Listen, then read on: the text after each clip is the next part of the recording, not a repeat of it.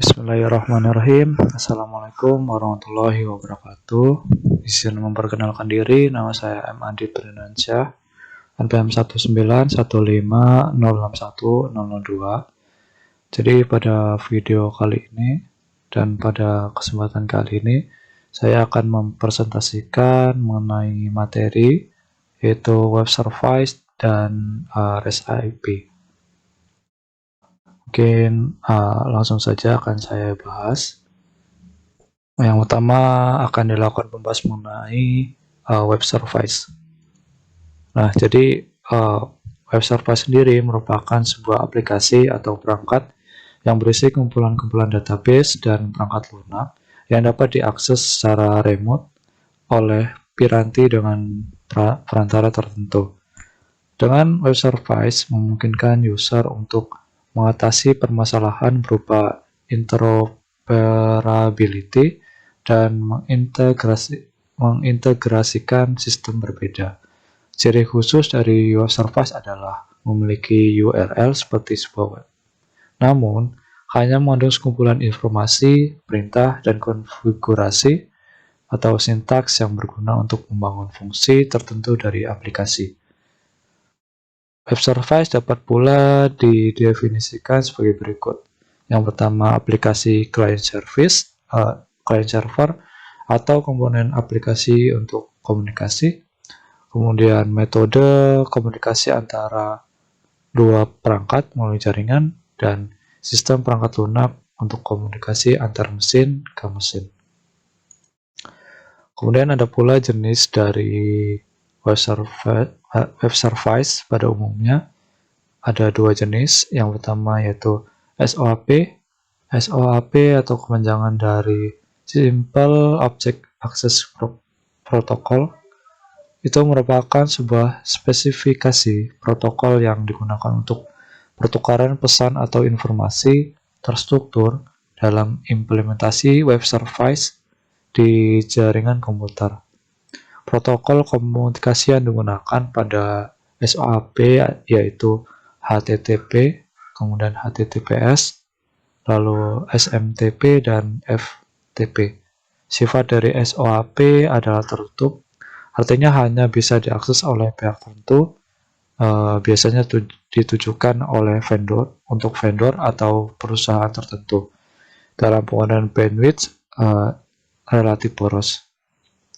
Selanjutnya yang kedua yaitu ada REST atau REST, kepanjangan dari Representational State Transfer, merupakan sebuah arsitektur software untuk sistem terdistribusi seperti web. Protokol komunikasi yang digunakan yaitu HTTP dan HTTPS. Sifat dari REST adalah terbuka, artinya bisa diakses oleh siapa saja. Dalam penggunaan bandwidth relatif hemat.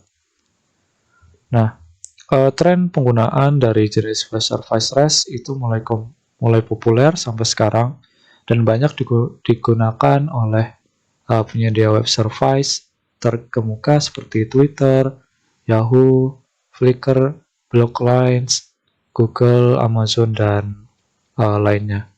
Sementara jenis web service SOAP banyak yang mulai beralih ke REST, walaupun begitu masih tetap ada yang mempertahankan untuk integrasi aplikasi ke sistem legasi pada perusahaan.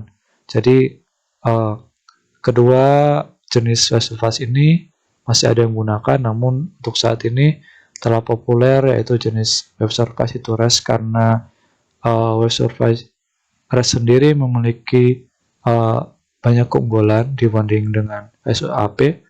Seperti contohnya tadi yaitu menghemat bandwidth-nya, kemudian terbuka, bisa diakses oleh siapapun, dan kelebihan lainnya gitu. Jadi itulah mengenai jenis web service. Kemudian selanjutnya itu pembahasan tentang REST API. Jadi sebelum kita membahas tentang REST API atau REST API, mari kita bahas dulu terkait apa itu dengan API. Jadi API atau singkatan dari Application Programming Interface merupakan sebuah perangkat lunak yang memungkinkan para developer untuk mengintegrasi dua aplikasi yang berbeda untuk saling terhubung satu sama lain secara bersamaan. Tujuan dari API sendiri yaitu untuk saling berbagi data antar aplikasi. Nah, kemudian lanjut mengenai REST API.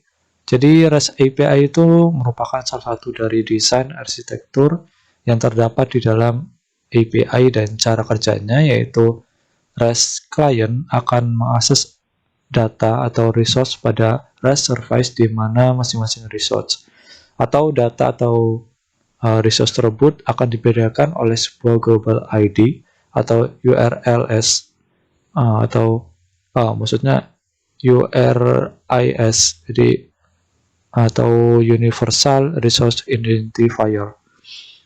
Nah, jadi nantinya data yang diberikan oleh REST server itu berupa format teks, JSON atau XML, dan saat ini format yang paling populer dan paling banyak digunakan adalah format JSON. Kemudian adapun jenis metode HTTP yang secara umum dipakai dalam REST API, yaitu yang pertama ada GET.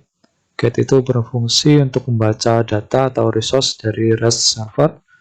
Kemudian POST. POST itu digunakan untuk membuat sebuah data atau resource baru di REST server. Lalu PUT. PUT yaitu berfungsi untuk memperbarui data atau resource di REST server. Kemudian delete. Delete berfungsi untuk menghapus data atau resource dari REST server. Dan yang terakhir ada option, yaitu berfungsi untuk mendapatkan operasi yang disupport pada resource dari REST server. Mungkin itu pembahasan materi dari saya mengenai web service dan REST API. Jika dalam penyampaian presentasi dari saya masih ada kekurangan dan kesalahan, saya mohon ampun. Kepada Allah saya mohon ampun. Saya akhiri. Wassalamualaikum warahmatullahi wabarakatuh.